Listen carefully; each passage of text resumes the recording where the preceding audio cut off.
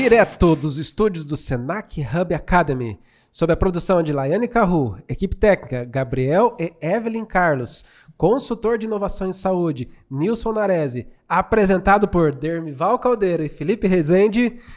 Claquete, está começando mais um Esculapiando, o seu podcast que fala sobre carreira e trajetórias de médicos. Boa noite, Felipe. Boa noite, Dermival. Boa noite a todos que estão nos ouvindo ou nos assistindo. Mais uma vez aqui na nossa casinha, o Senac Hub Academy, muito bem instalados, o ar maravilhoso. E aqui, a nossa patrocinadora Master, aquela que não nos larga. Quem nos abandona é a Bizzy Água de Coco. Água de coco integral. Ô, Felipe, você sabe como é que faz, como é que é o processo de invase dessa água de coco? Eu acho que eu já ouvi falar, cara. É um tal de microagulhamento, né? Exatamente. Seguindo protocolos rígidos de segurança quanto à higiene e protocolos sanitários, a Bizzy Água de Coco é extraída sob microagulhamento a vácuo do coco direto para a garrafinha. Ou seja, não tem contato com ar. Logo, quando você vê aí, ó, olha aí, ingredientes, o que está escrito? Água de coco. Não é reconstituída? Não. Não tem adição de conservantes? Não. Não tem acidulante LP2432? Deixa eu aproximar aqui. Não. Não tem... Cara, não tem. Isso aqui é só... Frescor e sabor. Frescor e sabor em água de coco. E nosso outro patrocinador, nosso parceiro que vem aí nos ajudando... O NIO, Núcleo Integrado de Oncologia. Passei em frente hoje. Núcleo Integrado de Oncologia está aqui na cidade de Campo Grande, na rua Padre João Cripa, 657. Você conhece o time lá da NIO? Conheço. Conheço o time, conheço o técnico e os jogadores, todos de excelência. César Galhardo, Otávio Vendas, Breno Delfino, Walter Ferrari. Que equipe, amigo. É uma turma, gente boníssima. E assim, com uma experiência, um know-how aqui na cidade já há bastante tempo. Muito obrigado aí a NIO pela parceria, por estar sempre conosco. E nós temos sempre que fazer a introdução muito especial do nosso convidado. Mas antes, olha só, a Bizzy Água de Coco mandou para você um presente. Para você também poder levar para casa, para relembrar como é que é o sabor de Bizzy Água de Coco. Água de coco integral e pura. Muito bom. Vou levar para casa. Maravilha. Então vamos lá, apresenta pra gente quem é. Felipe, apresenta pra gente quem é essa fera que tá hoje no Esculapiando. Hoje a gente provavelmente tá recebendo o maior nome científico que já sentou nessa cadeira. E a gente fala não só por Lattes, mas pelo que a gente conseguiu conhecê-lo nos últimos anos. Eu acredito que 90% de quem tá assistindo esse episódio vai olhar pro rosto dele e vai falar assim: eu já vi esse rapaz em algum lugar. E você viu na TV, tá? Pode acreditar. A gente tá diante de Dr. Júlio Croda. Muito obrigado pela sua presença, muito obrigado por aceitar esse convite, conseguir alinhar na agenda. Pra gente é uma honra estar recebendo você aqui, Júlio. É um prazer estar com vocês, com o Felipe Dermival, né? Dermival, não vou esquecer esse nome, né? E tá conversando um pouquinho a respeito da medicina, da trajetória, um bate-papo descontraído, né? Pelo que eu entendi. Com certeza. Fica à vontade, Júlio, eu já vou começar assim. Esse sotaque é muito peculiar. Conta pra gente, onde nasceu o Júlio Croda? Então, eu sou baiano, né? Nasci em Salvador, mas minha família é do sul da Bahia, de uma cidade muito pequena, chama Itamaraju, mas na época, quando a gente foi estudar, né, segundo grau, minha mãe se mudou para Salvador, eu nasci em Salvador, fiz o segundo ano científico, né? O segundo grau, né, o científico na época em Salvador, e fiz faculdade lá também, né? Fiz faculdade de medicina lá. Então, assim, o sotaque vem da minha origem, né? Assim, durante a minha infância, eu morei em vários lugares, né? Morei em Minas, morei no interior da Bahia. Meu pai era engenheiro civil, né? Então, a gente sempre se mudava muito, né? Por conta das obras, acompanhando ele. E quando a gente entrou no científico, no segundo grau, a gente permaneceu mais em Salvador.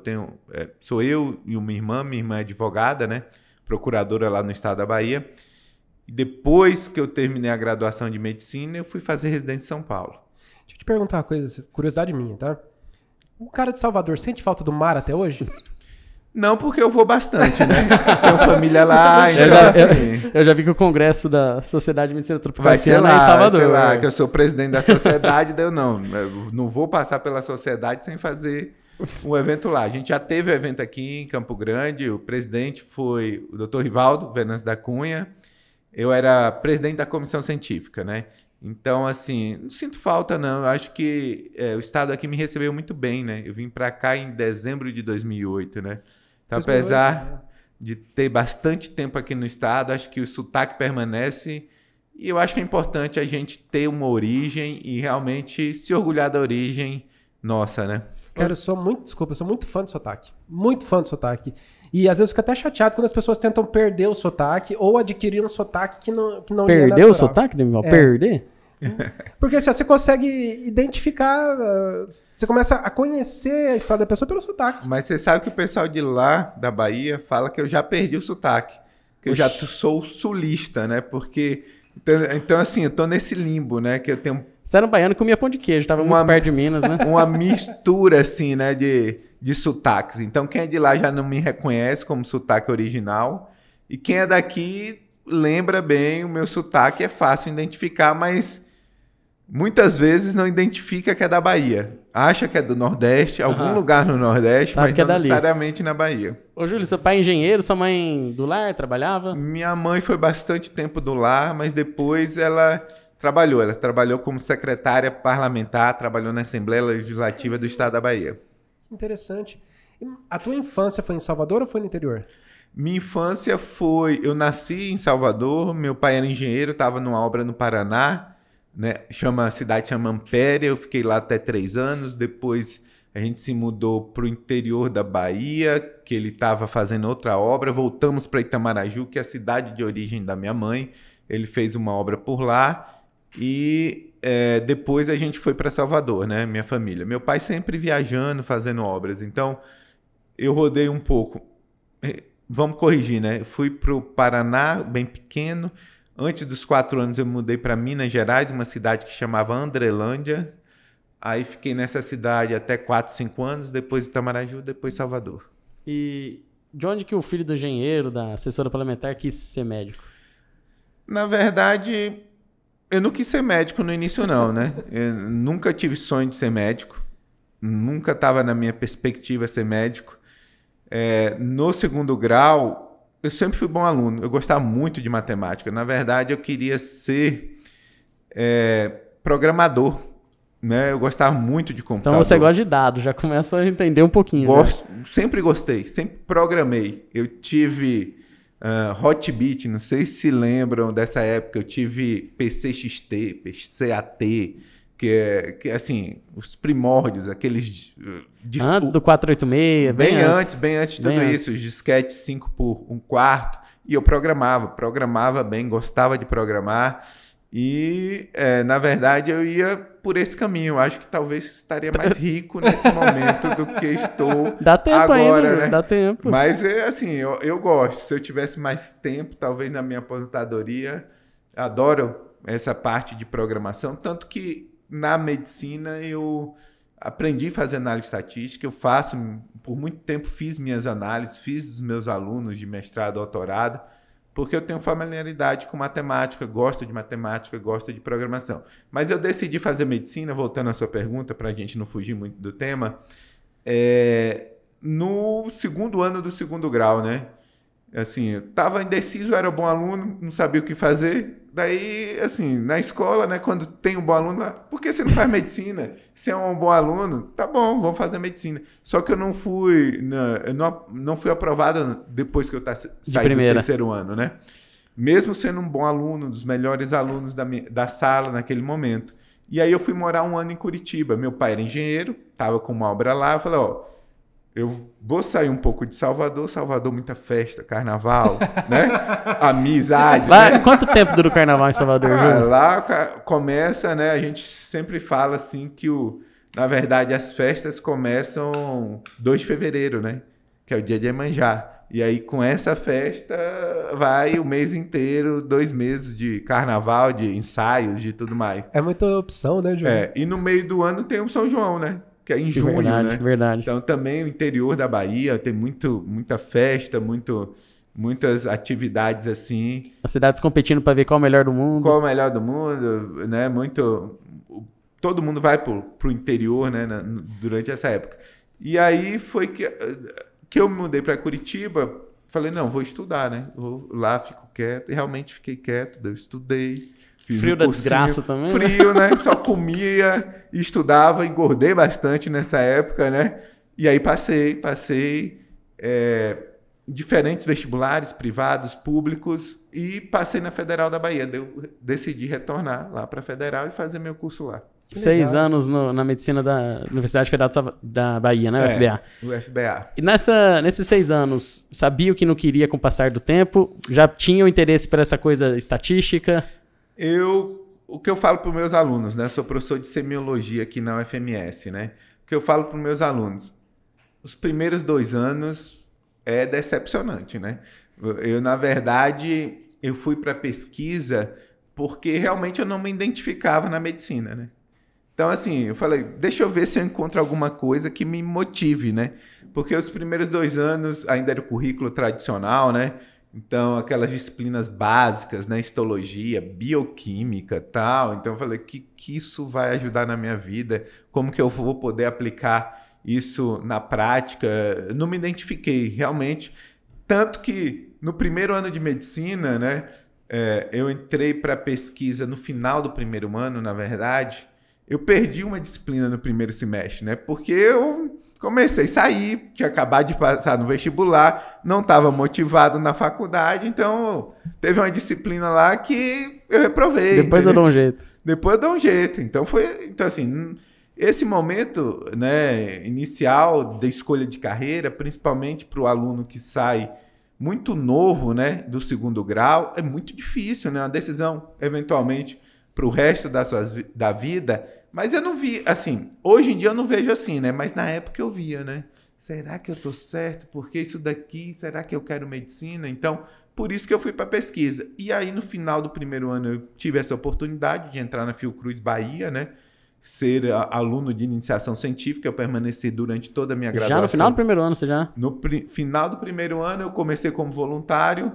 Aí, no 2º ano, aconteceu, eu comecei a trabalhar muito, me empolguei, começava a ajudar uma aluna de doutorado que tinha na instituição, e eu fiquei num grupo que o tutor era um americano, era uma pessoa muito boa, chama Albert Coe. Ele se formou nos Estados Unidos, fez sua formação em Harvard e estava na Bahia fazendo pesquisa. Então, assim, ele foi meu tutor do ponto de vista da iniciação científica.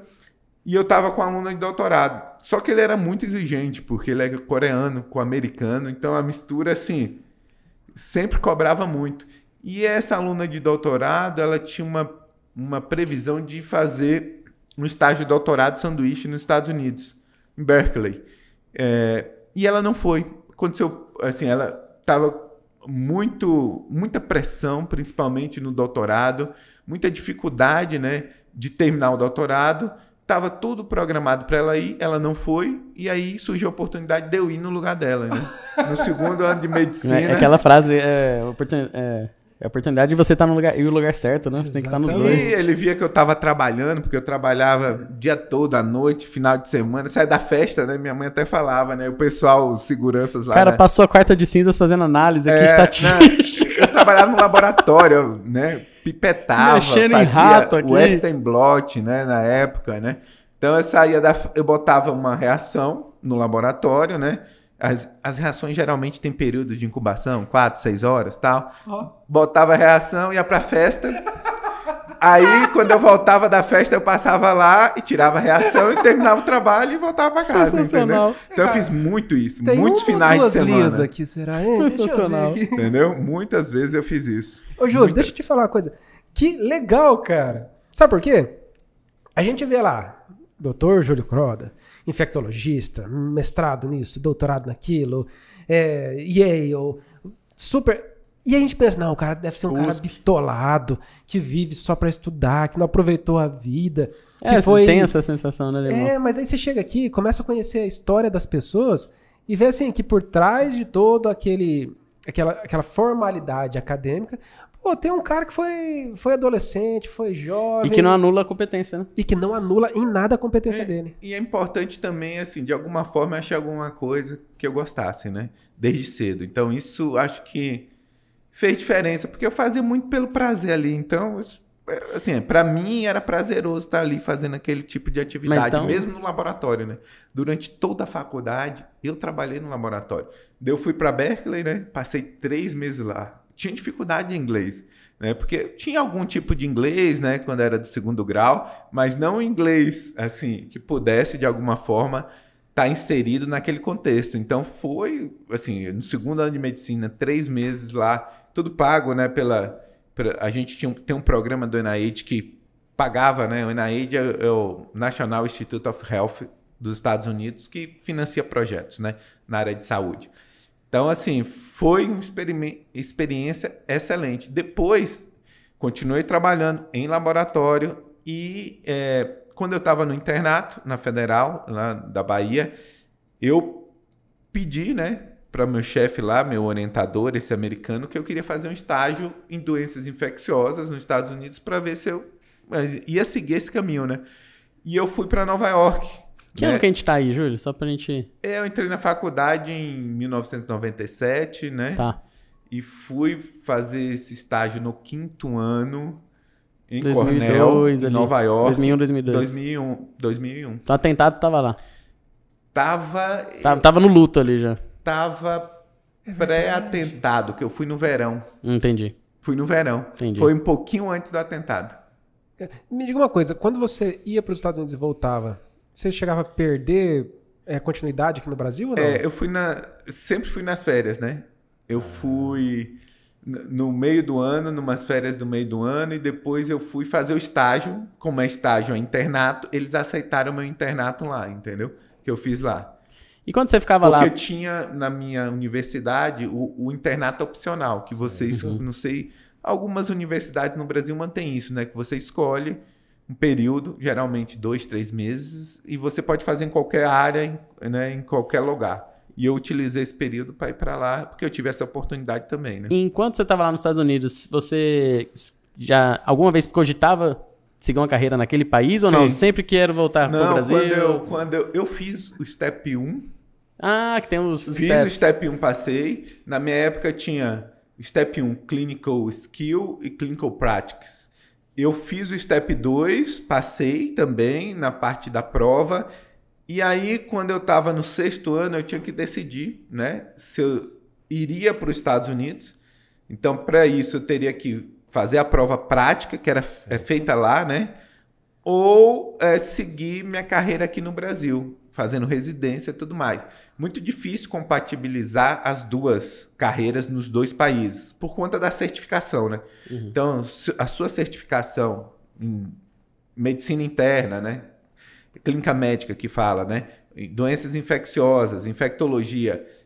você tem que fazer toda a trajetória novamente, né? Se você quiser ter a certificação para atuar nos 2 países, você tem que ter a residência nos 2 países. Certo. Então, nesse momento, quando estava faltando apenas a prova prática, né, do Step 2 na época, eu decidi que ia permanecer no Brasil, que eu queria ficar no Brasil, principalmente depois desse estágio que eu fiz em Cornell, em Nova York.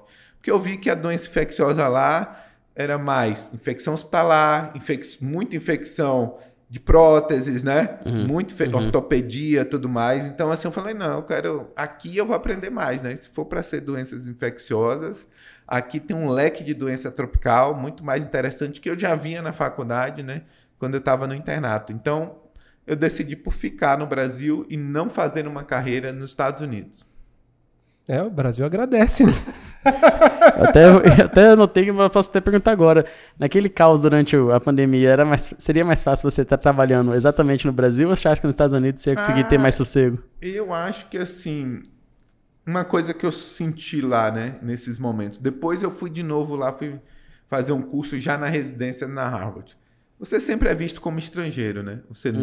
Você pode, né, de alguma forma, se inserir na comunidade. Seus filhos que nascem lá são americanos, mas você, quando se muda, você sempre é visto como estrangeiro, né? Então, assim, de alguma forma, eu tenho um sentimento que eu posso contribuir para o meu país, eu posso ajudar aqui.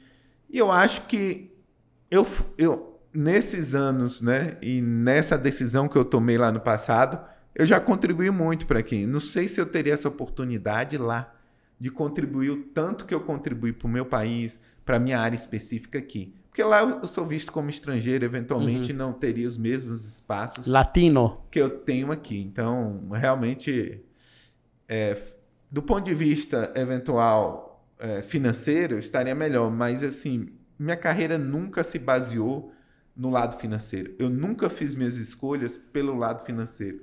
Quando eu estava no final do internato, como eu trabalhava muito no laboratório, eu cogitei fazer patologia, né? Porque entre doenças infecciosas e patologia, a patologia é uma área que tem poucos patologistas, né? Mais remunerado do que doenças infecciosas, uma vida mais tranquila, que você pode fazer pesquisa, né? Tá mais associada a laboratório. Pouco contato humano. Pouco contato humano, né? E eu até pensei em fazer patologia. Eu falei, não, mas eu, apesar de não só ter a experiência do internato, falei, não, né? Eu quero fazer doenças infecciosas porque eu quero, de alguma forma, experimentar a parte clínica, né? Porque, assim, minha formação foi baseada, durante a faculdade, no laboratório.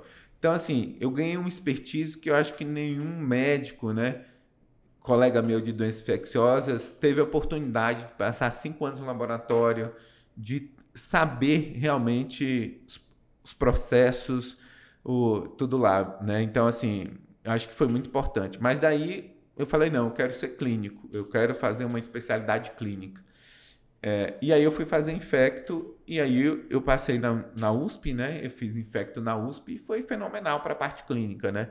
São quantos anos a infecto? São 3 anos? São 3, entrada direta, o primeiro ano na clínica médica, médica, né? 2 anos na especialidade, né? Foi da faculdade direto para a residência? Direto para a residência. Eu fiz cursinho durante o 6º ano, né? Nem tinha cursinho direito. Você tirou uma nota boa de currículo, não tirou, Júlio? Tirei o currículo. Os caras que empatou com você falou, fudeu. O currículo. Já perdi a vaga, irmão. Me ajudou bastante, né? O currículo, na parte do. Acho que na época era 10% o currículo. Me ajudou bastante, sim, me ajudou bastante. Eu entrei lá na residência e foi fenomenal. A parte clínica, experiências que eu tive, foi muito bom. Deixa eu reforçar uma coisa contigo, então, Júlio, porque assim, quando a gente entra na faculdade, a gente é exposto a um mundo muito amplo, né? E a gente vê pouca gente procurar por pesquisa, por iniciação científica. Você vê lá o edital para bateria da Atlética, 300 pessoas. Edital para iniciação científica em determinado 12, 4. Eu queria que você reforçasse qual é a importância da iniciação científica na vida acadêmica, ali da grade curricular, da base. Assim, eu acho que cada um tem um perfil também, né? E o lindo da medicina é que você tem muitas opções.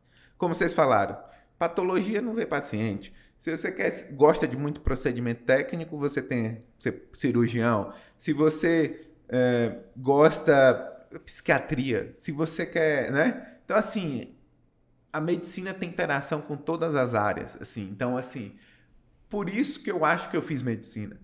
Porque quando eu tomei a decisão, eu não sabia o que eu queria, mas eu sabia que a medicina eu poderia atuar em diferentes áreas a depender do que realmente ao longo dos anos eu me sentisse mais à vontade. Então, eu acho que assim, não necessariamente todos os alunos têm que fazer iniciação. Não necessariamente todos os alunos têm que participar da atlética. Mas eu acho que assim, sinceramente, eu acredito que você tem que ir atrás do que te faz feliz. Você tem que ir atrás do que te faz feliz.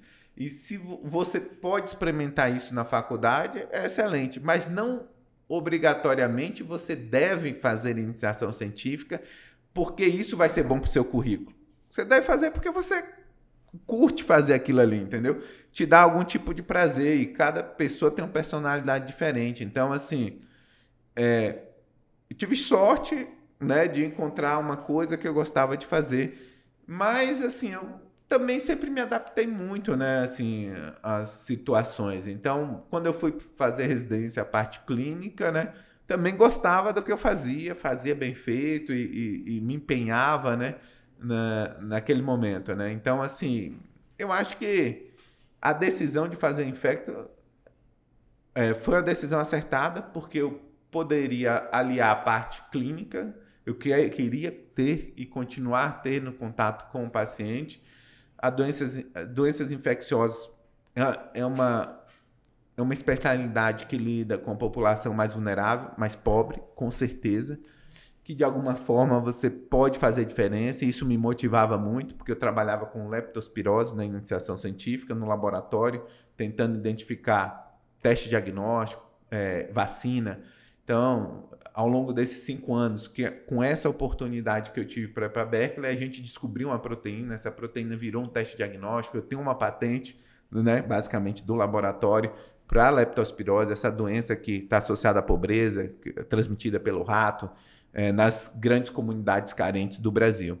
Essa proteína também está sendo desenvolvida uma vacina específica com essa proteína, que a gente tem essa patente, né? Que eu tenho essa patente junto com outros pesquisadores. Então, assim, isso também é uma motivação pessoal de fazer infectologia.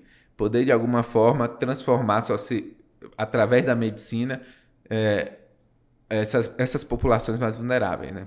E, Júlio, da residência de infectologia na USP, como que você veio parar no nosso estado do Mato Grosso do Sul, que é um pouquinho longe? Rapaz, tem muita história, né? Durante a residência ainda da USP, eu fiz um curso na Harvard que chama Clinical Effectiveness. Ô, Júlio, você pelo amor de Deus, cara. Não, você é muito fodido, cara. Que foi para, assim, análise de dados. Eu aprendi a fazer análise de dados. Já gostava de matemática, né? Quando era... E programação. Eu aprendi o SAIS, que era um programa estatístico, que na residência... Também no meu estágio eletivo, que você tem, né? Na residência estágio eletivo, eu fui fazer esse curso. Esse curso, quem me bancou foi esse mesmo orientador da Bahia. Porque ele acreditava... O americano-coreano. O americano-coreano, o Albert Coco. Ele queria, e ele estava investindo em mim para eu voltar para a Bahia, né? Então, ele investiu na minha formação. Ele tá vivo? Tá vivo. Ele sabe quem você se tornou? Não, a gente é amigo. A gente ainda tem projetos juntos. Então, assim... Aí voltei, durante a residência eu já estava trabalhando, porque assim, como eu queria fazer a parte de pesquisa, durante a residência eu já fui fazendo, assim, parte do projeto do meu doutorado, né? Eu terminei a residência em 3 anos, já entrei em doutorado direto. E aí eu não fiz mestrado, porque eu tinha esse background aí de pesquisa, de trabalho publicado.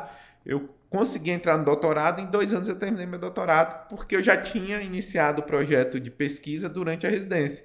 Eu fiz doutorado direto lá na USP, né? Na patologia em leptospirose, a doença que eu trabalhava desde quando eu era iniciação científica. Em doenças infecciosas, eu trabalhava com leptospirose.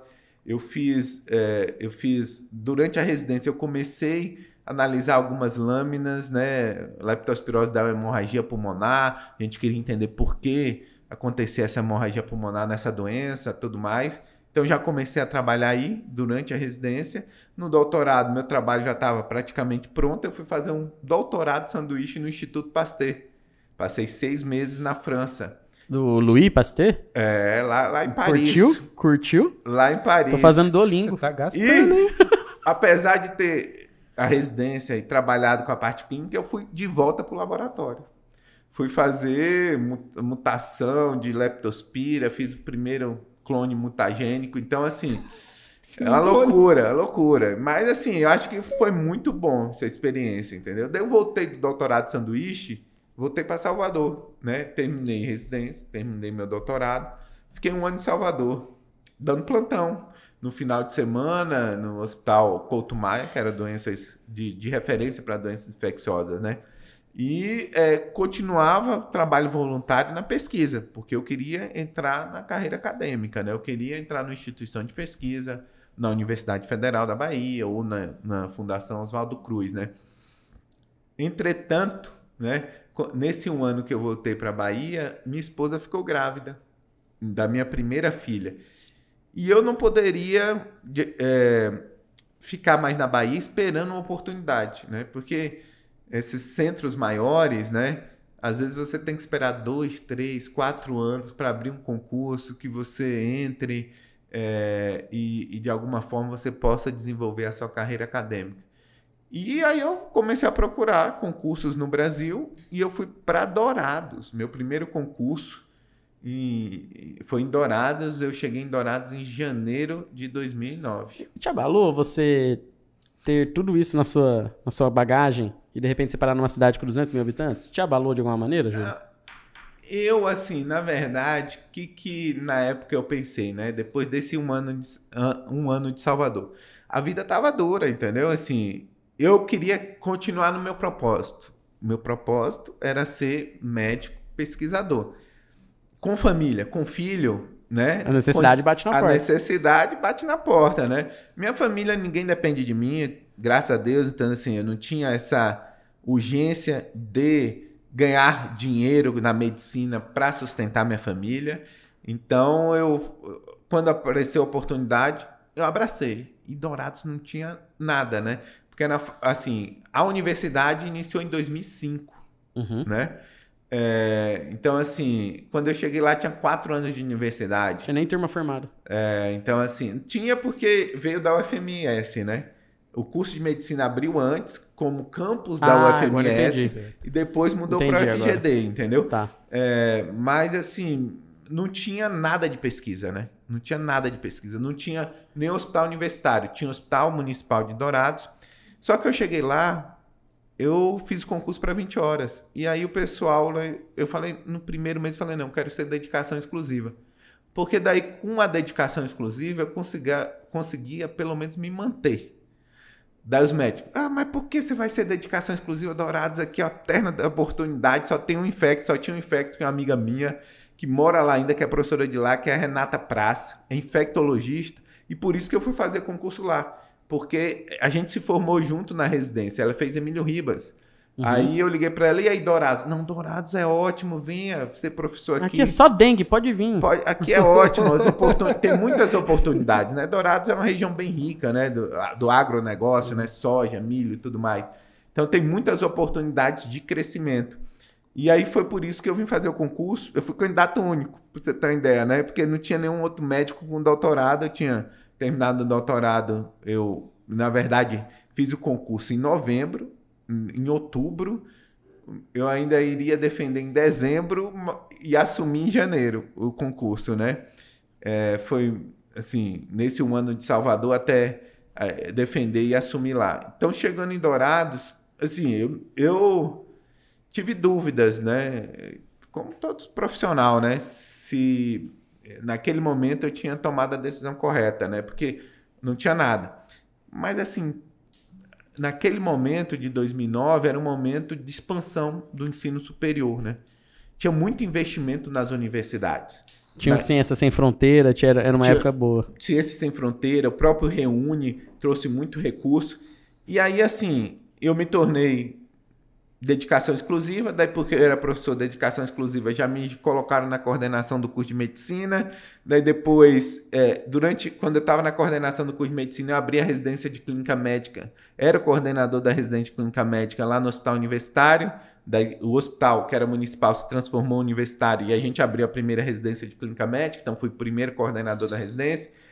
Em 2011, né, depois de 2 anos, coordenador da residência e coordenador do curso de medicina, eu fui candidato à direção, também candidato único, fui diretor da faculdade até 2014, e nesse período eu consegui abrir como diretor mestrado e doutorado lá, que até hoje existe, que é o mestrado e doutorado em Ciências da Saúde. Então, de 2009 a 2014, abri residência, abri mestrado, abri doutorado na instituição, construí um laboratório de pesquisa em 5 anos. Então, assim, por quê? Porque tinha oportunidade, né? Não tinha ninguém para competir comigo dentro da universidade, nem um médico, assim, que fizesse pesquisa. Então, todo o recurso estava disponível. Você soube usar tudinho. Captação de recurso, de investimento para um propósito específico de ciência. Então, finalizado o doutorado, eu fui buscar recursos, fui buscar oportunidades para construir uma história e abrir oportunidade de ter ciência naquela universidade. Sendo que ali é uma região que tem muito curso da área de saúde, porque tem Unigran. Então, assim, ali é uma população de 800, 900 mil habitantes que não tinha um mestrado e um doutorado na área de saúde. Ô, Júlio, essa turma que você teve contato como coordenador, como preceptor, criador da clínica médica lá, você acha que para a sua época de faculdade, ou até mesmo para a atual, você acha que já mudou essa geração de alunos da medicina? Uma cabeça diferente? Assim, que acontece, né? A dificuldade é que forma um médico, né? E o curso, no início, no curso da UFGD, é um curso que tinha muita dificuldade, né? De infraestrutura. Mas os alunos eram excelentes, eles buscavam, assim, alternativas de aprendizado, tudo mais. Isso que eles nem ouviram a bateria da GD, hein? É o destaque. Não tinha ganhado... Fogo na bomba. Não tinha ganhado nenhuma intermédia quando eu tava lá, entendeu? Acho que a primeira foi quando eu tava saindo de lá, né, mais ou menos. Então, assim, eles eram muito unidos, muito esforçados no propósito de lutar por condições melhores e tudo mais. E hoje em dia... os profissionais dessas primeiras turmas, né, que a gente formou lá, são profissionais de excelência que foi moldado na dificuldade. O que eu observo depois com as outras turmas é que com a infraestrutura mais organizada, a iniciativa, né, diminuiu, né? Então, assim, acomoda mais, né? Quando você tem mais infraestrutura, eles buscavam outras formas de aprender, né? Se voluntaria nos serviços, para acompanhava um monte de médico, para aprender na prática como as coisas aconteciam, entendeu? Então, assim, eles ganharam uma expertise adicional do que aquele currículo tradicional e, de alguma forma, triaram uma formação complementar alternativa que eles não tinham na universidade, mas que foi importante para a carreira futura, né? Então, agora, nesse momento, como professor da UFMS, né? Porque fiquei lá até 2015, eu fui chamado para fazer um concurso para Fiocruz, já era Campo Grande, né? Passei nesse concurso como especialista, daí eu entrei para Fiocruz em setembro de 2015, tive que sair da direção, porque eu era dedicação exclusiva, 60 horas, o médico pode ter no máximo no serviço público. Aí saí, virei 20 horas como professor, 40 horas da Fiocruz em 2015. Como a Fiocruz é aqui, eu ficava indo e voltando. Em 2017 eu consegui minha transferência da UFGD para a UFMS. Né? Desde então sou professor da UFMS das propedêuticas semiologia. E o que a gente observa em relação aos alunos, né, ao longo desses anos, a medicina era um curso muito elitista, né? Só era, da minha época, a gente tinha universidade privada e pública na Bahia, só duas em Salvador. Na pública, só estudava filho de rico. Os carrões importados no pátio da universidade pública. E na privada, estudava os mais pobres. Né? Eu tenho um primo meu, né? Um primo meu mesmo, que a mãe é esquizofrênica, o pai não assumiu. Então, assim, ele foi criado com muita dificuldade. E onde é que ele passou? Na privada. Aí a família teve que fazer uma vaquinha, ele teve que pegar financiamento para ele terminar a faculdade. O que eu vejo hoje em dia é que esse perfil mudou totalmente. Hoje em dia, na Universidade Federal, assim, o que a gente observa, principalmente depois das cotas, né, é que é um reflexo da sociedade. A gente vê pessoas com recurso, mas também vê pessoas bastante humildes, né, que se sustentavam com a bolsa de iniciação científica, entendeu? Vivia com muita dificuldade. Então, assim, a gente vê esse perfil, né? E a própria Universidade Federal não está preparada para receber essas pessoas com esse perfil social, com essa dificuldade que necessita de apoio, de residência, de alimentação, de tudo mais. Então, o perfil da medicina mudou totalmente. É um perfil mais diversificado, reflete mais o que representa a nossa sociedade atualmente, principalmente quando a gente fala de Universidade Federal, isso claramente mudou.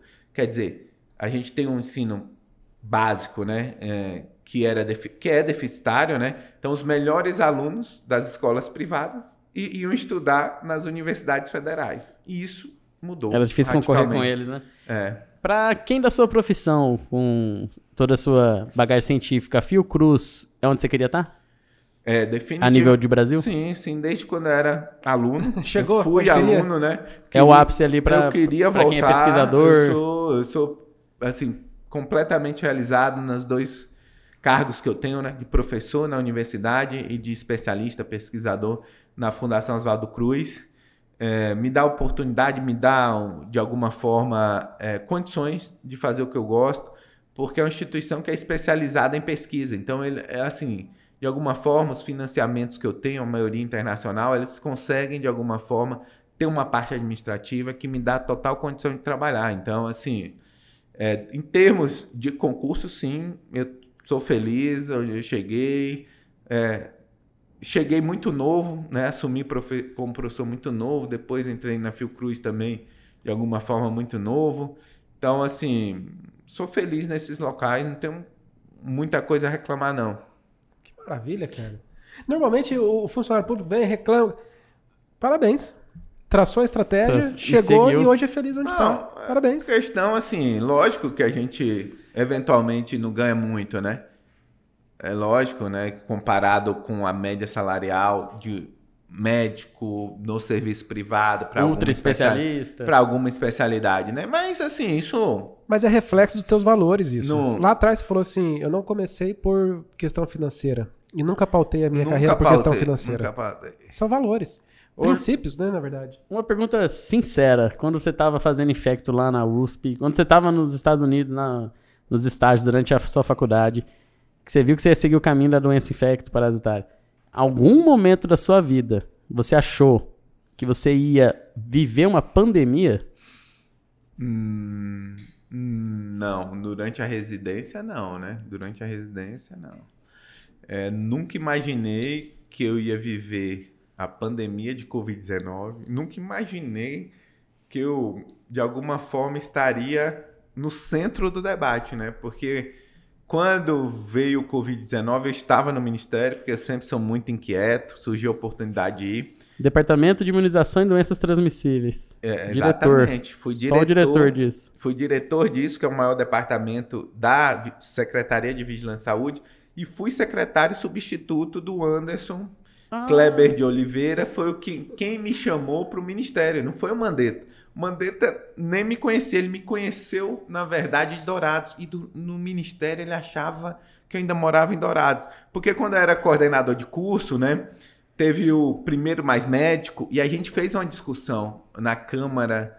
Justo na época que ele viralizou com o vídeo dos Mais Médicos, que o Mandetta tinha um vídeo com ele na Câmara fazendo discurso. Exatamente, ele era um cara que tinha posições muito claras e reais, assim, do ponto de vista da medicina, do que poderia trazer e tudo mais. E teve um debate na Câmara, eu fui representando a universidade, ele foi representando também. Então, assim, ele me conhece dessa época, né? E quando eu fui para o Ministério, eu fui a convite do Anderson, que é uma pessoa que a gente trabalhava num curso junto de epidemiologia molecular na Fiocruz da Bahia. A gente é amigo mais de 20 anos. Ele assumiu a secretaria e falou: preciso de um médico para esse departamento. Você é uma pessoa que eu tenho plena confiança, vamos comigo. Depois, você é do Mato Grosso do Sul? Eu sou do Mato Grosso do Sul também. Então, assim, durante a pandemia, voltando uma história um pouco da pandemia, como eu estava nesse departamento, que é de doenças transmissíveis e imunização, todas as doenças respiratórias ficavam nesse departamento.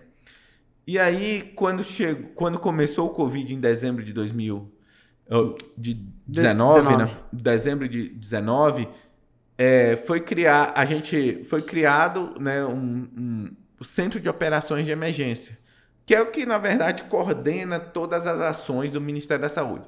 Eu já tinha participado de um Centro de Operações de Emergência do sarampo, porque em 2019 deu um surto no norte, principalmente relacionado à Venezuela, imigrantes e tal. Então, assim, eu fui desse centro de operação, também uma doença infecciosa, imunoprevenível. Aí chegou o Covid, me colocaram como coordenador desse centro de operação de emergência. Então, assim, eu fui a pessoa técnica responsável no início da pandemia por todas as recomendações técnicas naquele momento, né? Então, assim, a experiência foi fenomenal, né? Acho que foi muito interessante entender como funcionava o sistema, como, assim, a gente teve a oportunidade de debater isso com a Câmara, com o Senado. Fui na Casa Civil, teve um momento que o presidente Bolsonaro, ele pegou Covid nos Estados Unidos. A comitiva que foi visitar. Eu fui lá recomendar, ele não seguiu nada das recomendações que a gente fez, né? Mas eu estive lá recomendando os médicos, né, do presidente em termos do isolamento que ele deveria fazer e tudo mais. Tá? Então, assim, foi experiência fenomenal. Eu estava lá naquele momento como infecto, com boa expertise de poder contribuir, né? Que eu sempre quis contribuir. Então, assim, estava no momento certo, na hora certa novamente, né, para fazer minha contribuição lá. Quando começou os primeiros alertas, primeiras notícias do Covid, como é que foi ver essa onda crescendo?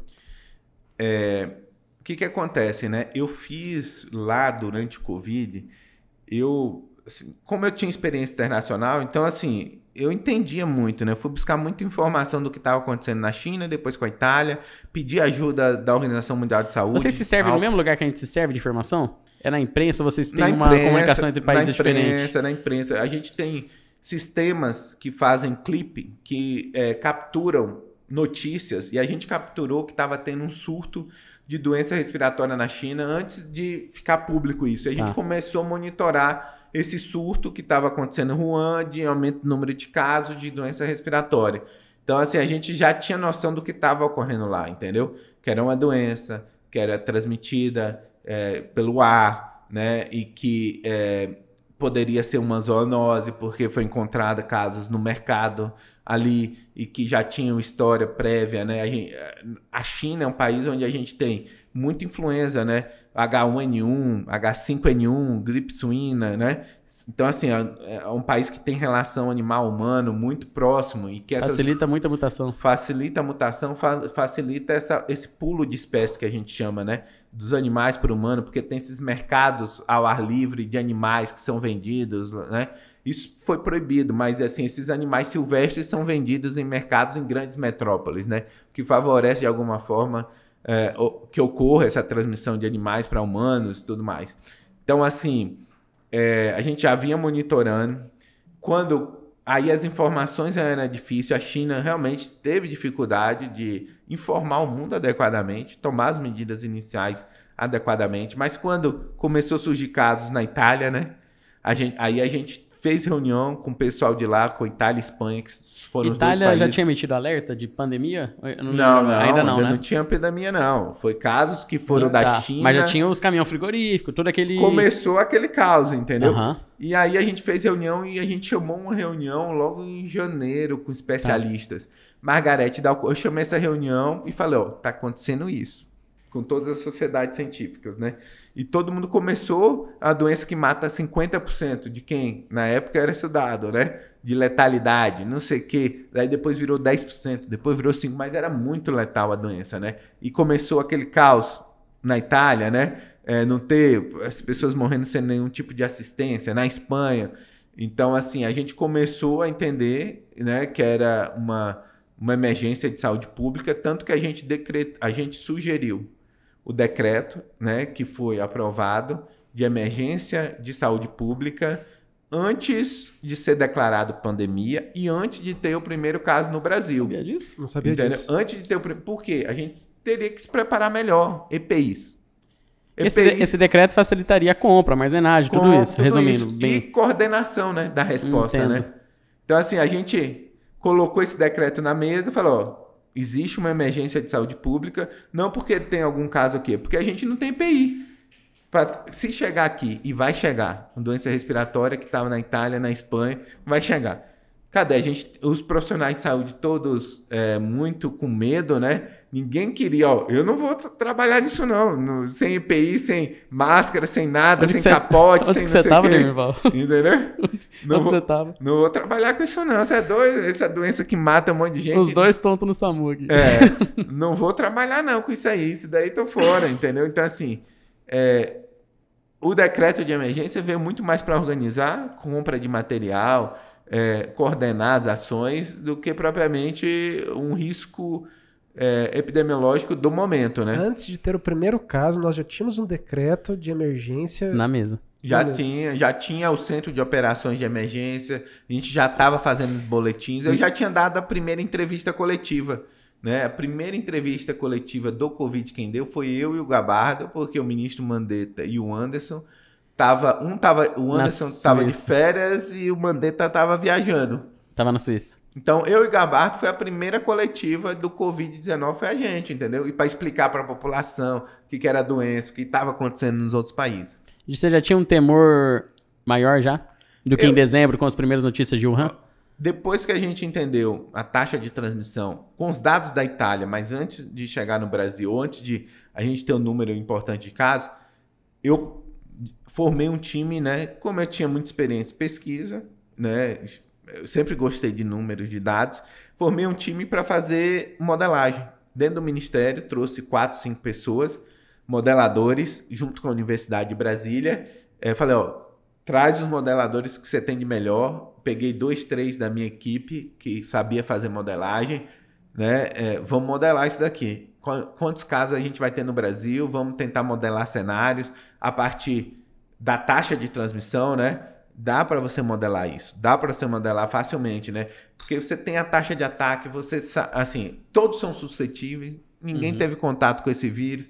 Então, assim, a gente fez rapidamente a projeção, que ficou famosa, inclusive no livro do Mandetta, que ele sempre fala, né? A gente fez a projeção de 200 mil óbitos, deu 180. 109, a gente projetou 190, deu 180. A gente errou por 10 mil aí.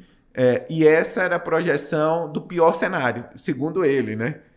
O pior cenário era o que o Júlio projetou. Um cenário intermediário que o Wanderson projetou. E o cenário mais otimista era do Osmar Terra. Que ia dar só 700, 800 óbitos, né? Então, assim, ele ficou em 71 dias, né? Era totalmente, né, não realístico. E a gente teve discussão. Como que vai dar 200 mil óbitos, Júlio, se até o momento não chegou nem a 1% disso no mundo todo? Porque a taxa de transmissão é essa, a gente tem suscetíveis, a letalidade da doença, já tinha saído os primeiros relatos da Itália e da China mostrando a letalidade da doença. Então, assim, a gente fez um modelo simples, não foi um modelo complexo. E foi o modelo que mais acertou. E o nosso modelo foi baseado, esse valor foi baseado em se a gente não fizesse muitas intervenções, assim, principalmente relacionadas à diminuição da transmissão, né? E confirmou esses números, né? No final, confirmou esses números. Eu não queria ter projetado esses números. Quando eu vi que eu era do Centro de Operação de Emergência, eu que liderava isso. Os outros ministérios sentavam na mesa do Ministério da Saúde para coordenar as ações, a resposta à pandemia, né? Então a gente sentava junto, mas quem coordenava era o Ministério da Saúde. Na minha pessoa, lógico, o secretário ia lá de vez em quando, o Mandetta ia lá de vez em quando, o Drauzio Varela visitou a gente durante esse momento, no início da pandemia, mostrou que era esse centro de operação de emergência. No momento que esse centro de operação de emergência, né, que estava sob a minha liderança, propôs diretriz técnica a partir da incidência da doença, para iniciar o fechamento de atividades e como essas atividades iriam fechar, esse boletim demorou um mês para ser publicado. O Anderson falou, isso vai me causar problema, o ministro também, isso vai me causar problema. A área técnica fez o boletim baseado na experiência dos outros países. Com esse nível vai ter que fechar, vai ter que fechar, vai ter que fechar tudo, né? Chegar um momento que vai ter que fechar tudo. E a gente conseguiu soltar esse boletim, né? Mas depois que esse boletim ficou público, né? O que acontece? Os municípios começaram a fechar, alguns muito antecipadamente, sem a necessidade, realmente, ainda não tinha uma circulação importante. E aí a Casa Civil sentiu na necessidade de assumir, na verdade, a resposta à pandemia. E aí dentro da Casa Civil foi criado um comitê específico interministerial. E aí a liderança deixou de ser do Ministério da Saúde, na condução da resposta à emergência de saúde pública, e passou a ser da Casa Civil. Um monte de ministério, pouca pessoa técnica, quase ninguém técnico, né, conduzida a resposta à pandemia, e a gente viu o que aconteceu. Então, quando houve esse momento, né, de transição da coordenação sair do Ministério para a Casa Civil, era o Braga Neto naquele momento, tudo mais, foi nesse momento que eu saí do Ministério, porque eu identifiquei rapidamente que a modelagem que eu fiz lá no início ia se confirmar, porque não tinha equipe técnica para conduzir a resposta. Mas eles não iam, então, até você? Não te trouxeram para dentro desse novo time para dar essa condução? Não, eles mantiveram a equipe técnica a parte disso. E sem muita voz, entendeu? Então fez um conselho de ministros. Que mês você saiu então, Júlio? Eu saí final de março, início de abril, entendeu? Você não ganhou um colete? Eu ganhei, eu tenho um colete daqueles lá em casa. Tem guardado daquele? Tenho um colete daquele. É uma farda de guerra, né? Exato. Ô, eu fui o primeiro a sair, né? Depois que eu saí, saiu o Mandetta, depois entrou o Tati, ficou 28 dias, saiu. Você deixou a porta aberta. E depois saiu o Anderson, né? Que ainda ficou um pouquinho com o Tati, um pouquinho com o Pazuello e saiu também, entendeu? Então, no final, todo mundo saiu. E nessa saída, você voltou a Fiocruz, Mato Grosso do Sul aqui? Voltei para aqui. Eu fui convidado para fazer parte do comitê de São Paulo, né? Do estado de São Paulo. Sim, João Dória. O Dimas e o Dória, naquela época, me convidou, né? Porque lá existe um comitê técnico que fazia esse contraponto do ponto de vista das recomendações científicas. Era um pessoal da universidade e tudo mais. Sabe como é que eu imagino a cena? Eu posso estar fantasiando Hollywood. Pode ser que a gente faça um filme no futuro e eu participe do roteiro. Eu imagino o Júlio, uma caneca de café assim, ó. Ele fazendo a conta a primeira vez. Exatamente. Não, pega a borracha, apaga, faz a conta de novo. Eu imagino desse jeito. Eu acho que não foi romantizado. O Mandetta chamou a gente 2 vezes para apresentar essas projeções. E aí eu trouxe os meninos, né? Porque quem fazia essas projeções era gurizada, né? Que sabia fazer modelagem, né? Daí todo mundo foi na sala do ministro, num dia à noite lá, final do dia. Ele ficou assim, sabe? Não dá. É isso mesmo? Não, Júlio, não, Júlio. Ó, você tem certeza? Júlio, você tem certeza que é isso mesmo que vai acontecer? Eu falei, ministro, tenho plena confiança que é isso que vai acontecer. E aí, né, ele via as projeções, porque assim, a projeção é semanal, né? Você projeta semanalmente, mensalmente o número de casos, a curva exponencial, tudo mais. E semana a semana os números iam se confirmando, né? Então, assim, ele começou a acreditar realmente que ali, né? No início ele não acreditou, mas Júlio, o Anderson está dizendo que é menos da metade disso, o outro está dizendo que vai dar 1000 casos, 1000 óbitos, entendeu? Então, assim, você tá certo com essa gurizada aí que você chamou para trabalhar com você, tô certo. E aí ele começou a dar aquelas coletivas porque ele se desesperou, né? Sim. Ele não tinha muito EPI, na época não tinha EPI. Daí... Ninguém imaginava um cenário desse. Não, aí o povo critica ele, né? Aquela frase dele do negócio do fica em casa, né? Fica em casa, mas pensa naquele momento, né? Onde não tinha um equipamento de proteção individual. O povo ia para as unidades de saúde, né? Naquela época, a gente não tinha ainda o conceito de hipoxemia silenciosa.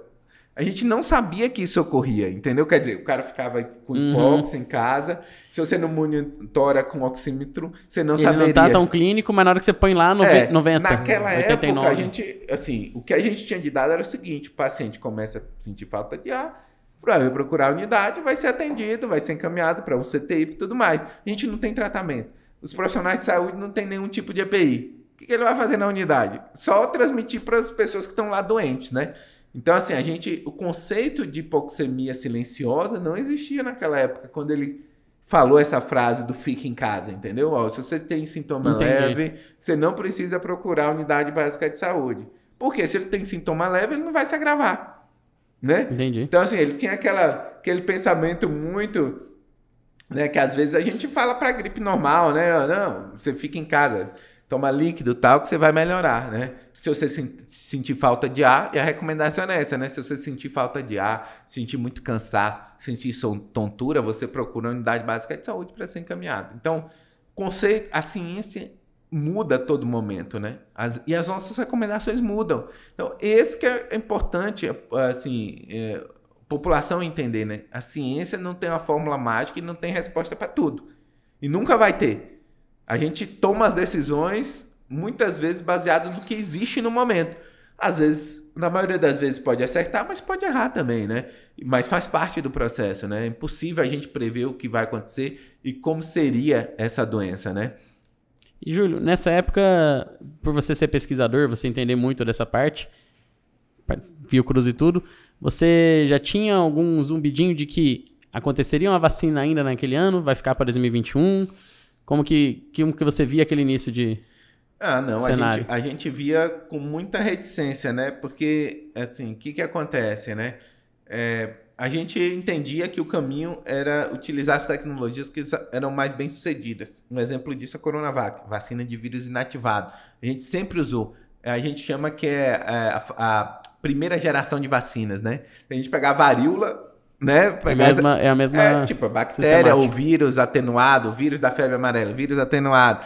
Todas essas vacinas são micro-organismos atenuados que foram utilizados, né, como vacina. Então, a maneira mais lógica de desenvolver um produto seria utilizar as vacinas de vírus inativados, que é o caso da Coronavac. Eu nunca esperava que a vacina de RNA, que foi utilizada para ebola, então não é a tecnologia que foi criada para a Covid. Essa tecnologia já existia. A adenovírus foi utilizada para ebola também. Então essas tecnologias já estavam na mesa posta, mas não tinham sido utilizadas para uma resposta à pandemia. E é por isso que a ciência é bonita, né? Por isso que é importante ter investimento sempre, né? Porque essa tecnologia estava lá e ainda bem, né, que a gente utilizou essa tecnologia que foi desenvolvida por muito tempo, mas nunca tinha tido um estudo de fase 3, porque não tinha opção, não tinha necessidade para isso. Com o investimento, houve o estudo de fase 3, foi para a Covid e mostrou-se a vacina que garantiu maior proteção, né? Vacinas de RNA. E agora abre a oportunidade para utilizar essa plataforma para câncer, né? Para outros vírus, para HIV, para tuberculose. Então, assim, durante essas crises, a gente tem saltos tecnológicos importantes, né? Vocês avaliavam, além de vacina, outras opções de tratamento ou de controle? Sim, assim, do ponto de vista lógico, as medidas não farmacológicas, mas, por exemplo, né, eu testei aqui no Mato Grosso do Sul e foi o centro de pesquisas que mais recrutou no mundo a vacina da BCG. A vacina da BCG é para tuberculose, mas ela gera uma resposta imune inata, inespecífica, muito, muito forte. Tem dados em crianças que ela protege para outras doenças respiratórias, diminui mortalidade, principalmente na África, que tem muitas outras doenças virais e bacterianas. Então, assim, o próprio Tedros falou, vai demorar muito para desenvolver uma vacina, vamos investir em uma vacina que já existe, que possa garantir algum tipo de proteção, essa imunidade inata e inespecífica que gere proteção. Qual a vacina que gera mais imunidade inata? Por exemplo, BCG é usado para câncer de bexiga, né? Justamente por conta dessa imunidade que gera, né?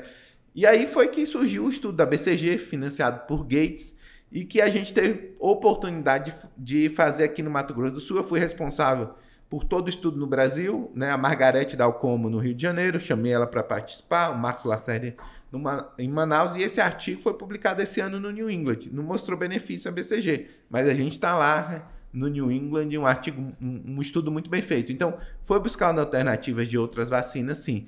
No início, né, com o uso da hidroxicloroquina, esses outros medicamentos, no início se justificava, vamos dizer assim, no primeiro mês, 2, 3. Depois disso, não, né? Porque os dados, né, claramente mostraram que não tinha benefício, né? Em dezembro a gente já tinha 9 meses de pandemia, foi quando deu outro boom em dezembro, e ainda assim batiam muito na pandemia. Como é que você lidava, como é que você se sentia também? Porque, ó, Yale, pronunciei certo? Universidade de Yale, Nova York, Harvard, Paris, como que você fazia, você desse lado, contra o pessoal do Zap Zap? Porque... é muito difícil, né? Porque assim... Porque o tanto que te bateram, Júlio, e ainda te batem. É tão mais fácil, vamos dizer, comunicar em verdade do que as verdades. Porque a ciência, ela é imprecisa e falha. Diferente do que você vender essas soluções pelas redes sociais, né? Porque que acontece? O cara colocava...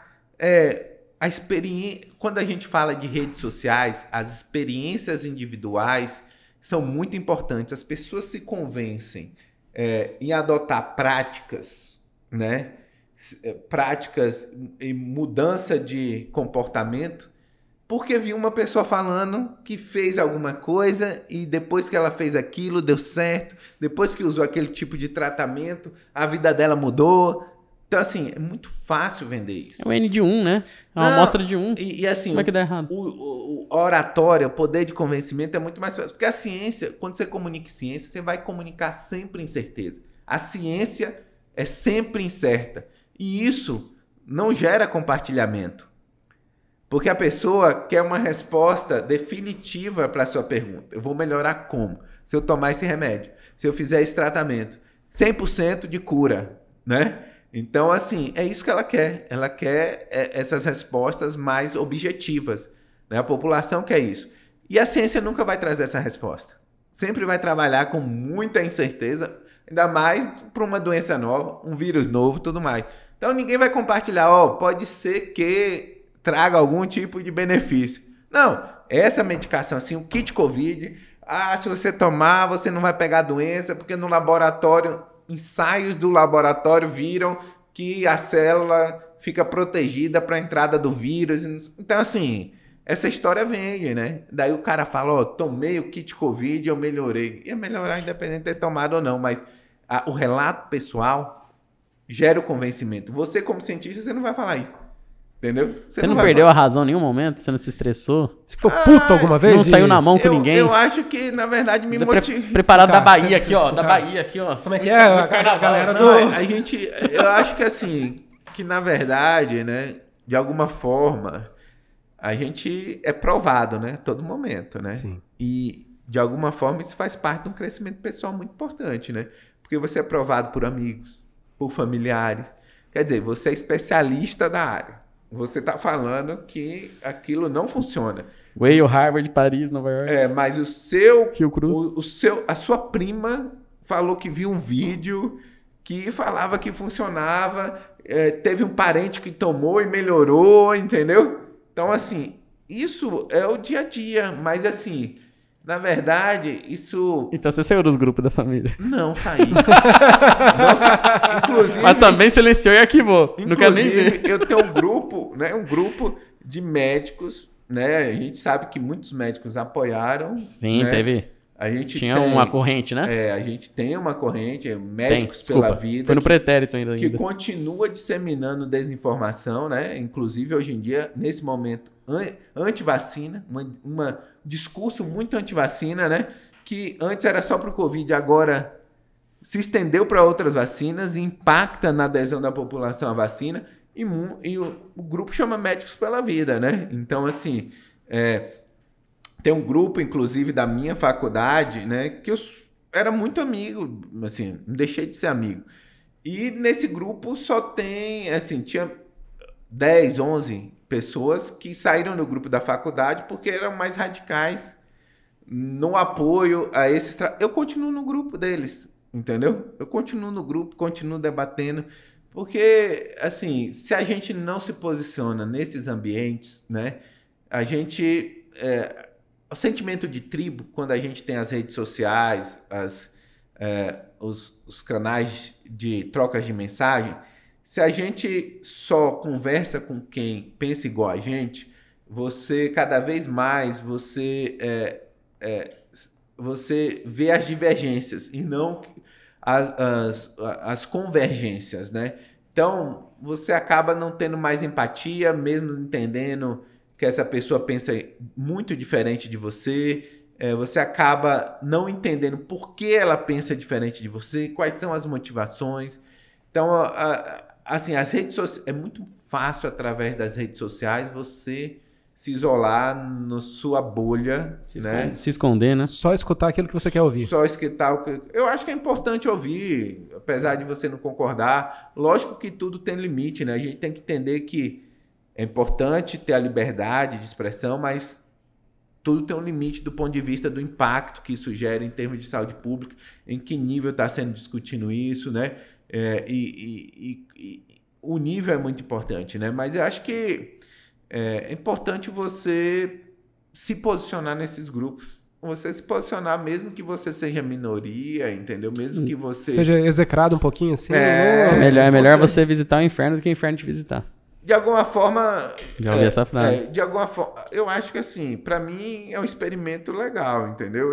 O cientista, ele chega, se abala... Vocês estão se muito abala doidos pouco, aqui. né? O cientista, ele tem o poder de eu acho que isso se moldar a é um situação. experimento porque, assim, você vai entender, do ponto de vista psicológico, o que tá motivando aquilo ali. Quais são os argumentos que estão sendo usados ali? Como que você pode, de alguma forma, do outro lado, rebater, trabalhar ou não, né? com argumentos mais sólidos para convencer com empatia? Então, assim, de alguma forma, para mim é um experimento ali para eu entender como eu vou me posicionar para poder, de alguma forma, transmitir a informação correta para aquele grupo de pessoas. Trabalhar com argumentos mais sólidos para transmitir com empatia. É viver com a diferença. Ô, Júlio, pensando no nosso ambiente aqui, no nosso estado, você acha que a gente tem perspectiva de um dia ter vacina para dengue? Temos, já foi agora aprovado, né? A Qdenga, né? Não tinha um nomezinho melhor, não? O povo tá falando. Vamos chamar de Kenga. Que é Kenga, né? Os japoneses que fizeram, entre em contato que eu faço o nome melhor. Sou bom em nome. A gente já tinha uma vacina da Sanofi, mas só para pessoas que já tiveram dengue. Eu, inclusive, minha família tomamos essa da Sanofi, porque a gente já teve dengue. E agora essa nova vacina também da Takeda, que é para, independente de você teve dengue ou não, está disponível 2 doses de vacina. Butantan está terminando o desenvolvimento de outra vacina, talvez fique para até 2025, que é dose única. Essa vacina da dengue, são 2 doses. O custo é R$200 e poucos, né? Já está na rede privada, inclusive aqui do Mato Grosso do Sul, com perspectiva de ser incorporada na pública, a depender de dados de custo-efetividade, né? Porque quando você vai incorporar uma vacina, tem que entender se ela é custo-efetivo e se tem margem de negociar com a empresa, a depender do volume, a partir dos dados de custo-efetividade. A dengue não mata muito, mas causa muita morbidade. Hospitalização. Alta. Então, assim, os quales, né, que a gente chama, impacta nessa análise de custo-efetividade. E aí, o governo pode apresentar, pelos meus dados de custo-efetivo, quantos casos previne para uma hospitalização, para uma... Se você fizer esse preço, essa vacina se torna custo-efetivo para o Sistema Único de Saúde e a gente vai adquirir. E essa é a negociação que está no momento agora, né? Nós, hoje, temos que ter medo da febre maculosa? No estado do Mato Grosso do Sul, não. Mesmo... totalmente popular falando, mesmo com tudo isso de capivara? Mesmo com tudo isso de capivara. Nós temos... Assim, existe várias espécies de carrapato estrela, né? O carrapato estrela, que está mais associado à infecção por Rickettsia, que é a bactéria específica da febre maculosa, está pouco presente aqui no estado, entendeu? Então, assim, a gente não tem a Rickettsia, o carrapato específico estrela, nem a bactéria específica Rickettsia, que causa a doença febre maculosa. A gente, desde 2010, teve 7 casos confirmados de febre maculosa, não necessariamente Rickettsia, que é essa que causa a maior letalidade. Então, assim, 7 casos. Nesses últimos 2 meses, no Mato Grosso do Sul, foram notificados 8 casos. Né? Esse surto que teve em Campinas foi relacionado a uma fazenda específica, um local específico. Então, assim, foi um surto restrito.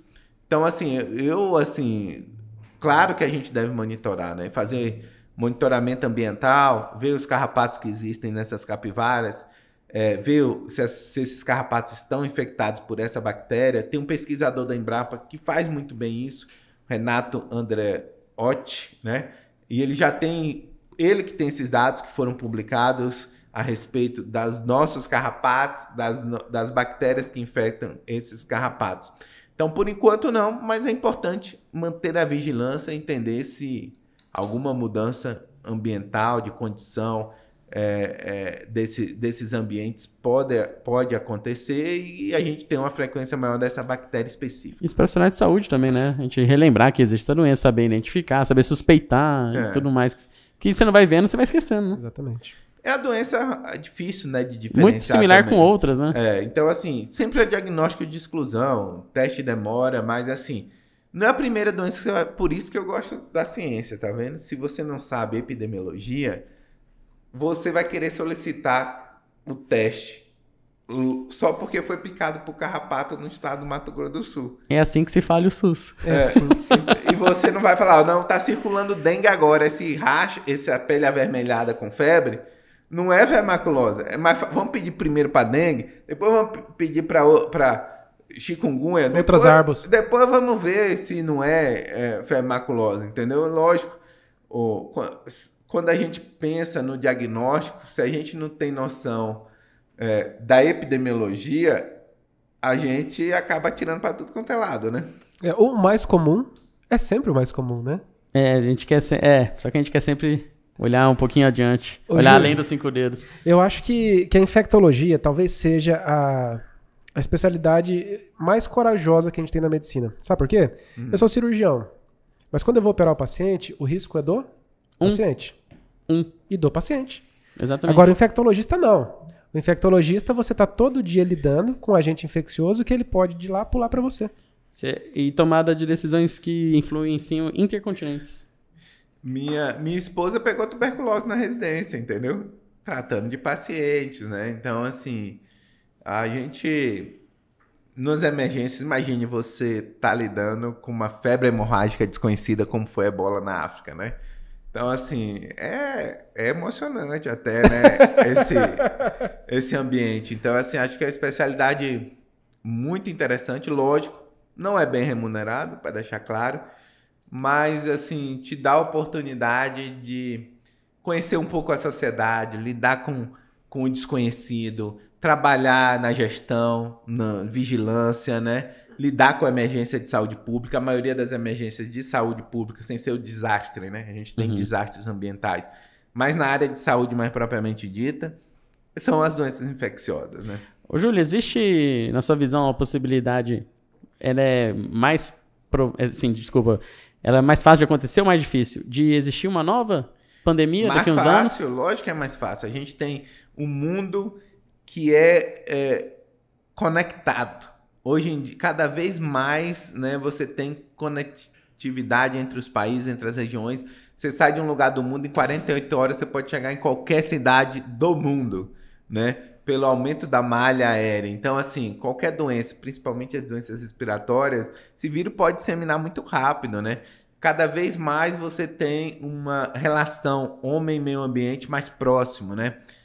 Cada vez mais você tem mudanças climáticas que estão associados a esses saltos importantes e novas regiões que se tornam mais adaptadas para a ocorrência de certas doenças. Vou citar um exemplo claro. O aquecimento global está levando um aumento de frequência do Aedes aegypti. Você se lembra que no Rio Grande do Sul a gente não tinha dengue. Não tinha. Tem muitos anos. Paraná não tinha dengue. Florianópolis Santa Catarina não tinha dengue. Eu fui fazer faculdade lá, apareceu um caso que ela falava que fui eu. Entendeu? Tô falando. Não tem. Agora Puta, dengue de Anastácio aí. Santa Catarina teve muitos óbitos. Então, por que o Aedes conseguiu se adaptar a esse ambiente? Não foi eu. Entendeu? Não foi eu. Já faz muito tempo que eu tô fora de lá. É reflexo das mudanças que a gente vive, das mudanças climáticas. E aí, a relação homem com o meio ambiente, né? Animais silvestres. Isso favorece pulo dentre as espécies. Foi o que acontece muito na China para os vírus respiratórios. Aves, né? Suínos. Esse contato muito próximo que ocorre na China. Por isso que você tem muito H5N1, H1N1, né, esses saltos entre as espécies e a conectividade entre os países. A gente teve a emergência de H1N1, né, que foi em 2009, a gente teve a emergência de Zika aqui em 2016, agora tivemos ebola na África, temos SARS-CoV-2, Covid agora aqui. Então, assim, quando a gente olha, né, as emergências de saúde pública, principalmente doenças infecciosas, elas se tornaram mais frequentes e a tendência é que se torne mais frequente também. A única coisa que eu peço pra você, então, Júlio, é que você não pare de estudar e deixa o colete guardado lá. Guarda ele lá. Estamos aí. Ô, Júlio, em nome do Júlio Croda, infectologista, eu queria agradecer a todos os infectologistas que todos os dias, não só por causa da pandemia, mas todos os dias se expõem a doenças infecto-contagiosas. Queria agradecer pela tua presença, agradecer por ter achado essa brecha na tua agenda. Dizer que hoje você desconstruiu completamente toda a imagem que eu tinha sobre você e construiu algo muito melhor. Tá? Queria agradecer pela tua sinceridade, agradecer por ter vindo de uma forma tão espontânea. Às vezes quem vê o Júlio Croda lá na frente da TV não imagina que é esse cara super gente boa, descolado. Quem tanto viu ele, eu acabei de ver aqui, ele não é o Cavaleiro do Apocalipse. Ele não é só notícia ruim, não. Ele é realidade de ciência. Durante o Covid-19 aqui em Campo Grande, né, a gente teve alguns embates importantes, né? E realmente não foi fácil, parte de redes sociais. Me lembro que eu fui chamado no tribunal, né, na justiça, naquela discussão do fechamento, no fechamento. Tava o Marquinho Trade, tava a Câmara do Comércio de Campo Grande, trouxe estudos que não tinha nenhuma base científica, entendeu? Associação comercial, e eu lá defendendo a ciência, né?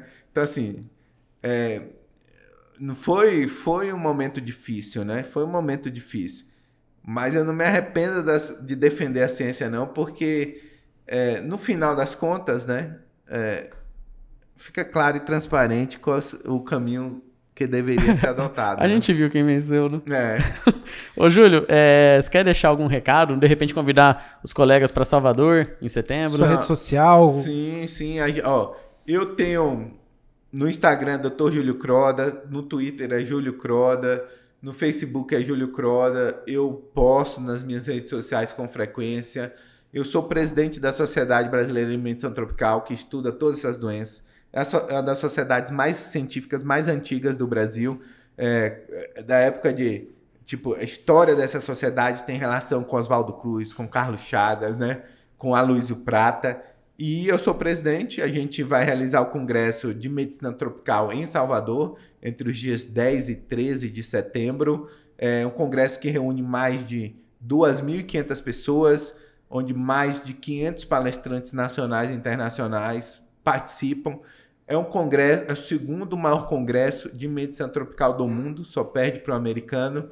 Então, convidar todos para participar do congresso da Sociedade Brasileira de Medicina Tropical, de 10 a 13 de setembro. Muito bem. Senhoras e senhores. Meu amigo, muito obrigado por sugerir essa fera, viu? A minha mãe falava... Ela falava assim, aquele senhorzinho Geraldo Rezende, ele ainda vai infartar. E tem um menininho de óculos lá também, que ele tá passando muito nervoso. Júlio, gostou do papo? Não, acho que foi um bate-papo legal, assim, e foi muito bom ter conversado, trocado um pouco desses fatos da formação, de como a gente chegou, né, e trabalha nessa área específica. O Júlio tem história para tranquilo 6 episódios e virar um consultor nosso. Nossa! Ainda. Senhoras e senhores, muito obrigado pela tua presença. Tá? Acompanhem lá, Dr. Júlio Croda. Eu acompanho o Instagram dele. Muita informação de qualidade, informação relevante e, mais importante, informação confiável. Felipe. É isso. Siga, se inscreva, compartilhe, curta e estude e acredite na ciência. Tchau. Um abraço. Valeu!